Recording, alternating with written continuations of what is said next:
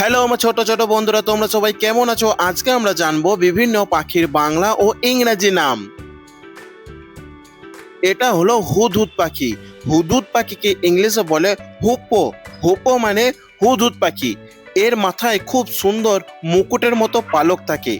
সাধারণত এরা গাছে গর্তে বাসা বানায় এবং পোকামাকড় খায়।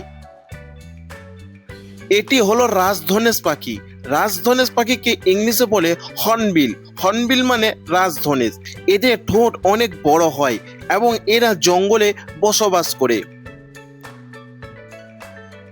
এটি হলো রাজহাঁস। রাজহাঁসকে ইংলিশে বলে সাওয়ান। সাওয়ান মানে রাজহাঁস।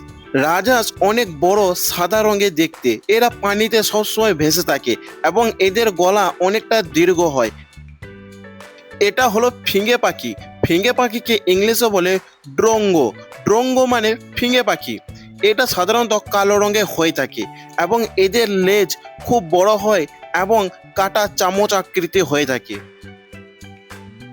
এটা হলো ময়না পাখি। ময়না পাখিকে ইংলিশে বলে মায়না পাখি। মায়না পাখি মানে ময়না পাখি। এটা বাদামি কালো রঙের পাখি হয়ে থাকে। এরা মানুষের মতো কথা বলার ক্ষমতা রাখে।